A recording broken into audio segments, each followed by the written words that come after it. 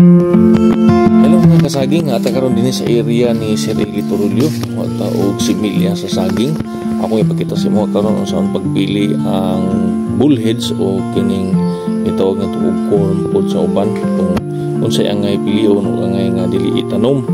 Ako ipakita sa mga karon ha para maka-idea pod ka kung unsaon pagpili og seedling nga pwede natong itanom nga bullheads. Ang pagpili og tamang ipuna sa ato ang saging kanang lutaw na siya.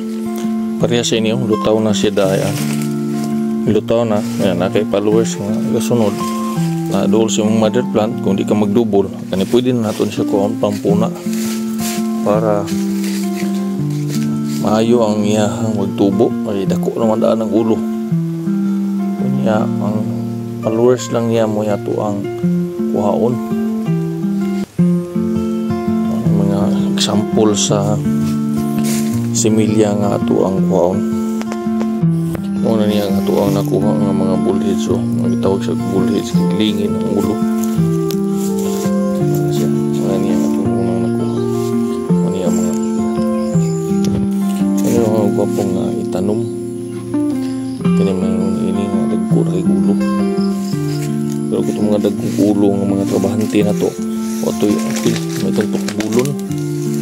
Kani water sucker ubon sila ha di daw maayo nga itanom pero kung dagko na og ulo burtong gulang na ang atong water sucker tulang putlon perminti pwede gyapon siya magamit. Depende na sa imo ha ka sa daan una nimo kuhaon.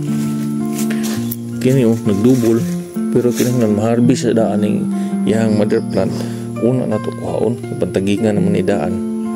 Pag ma-harvest na ng mother plant, pwede na siya matanggal. Pero karon kaya pa ma-harvest, di lang sa nato na kuhaon kay masakitan man pud ng mother plant na to.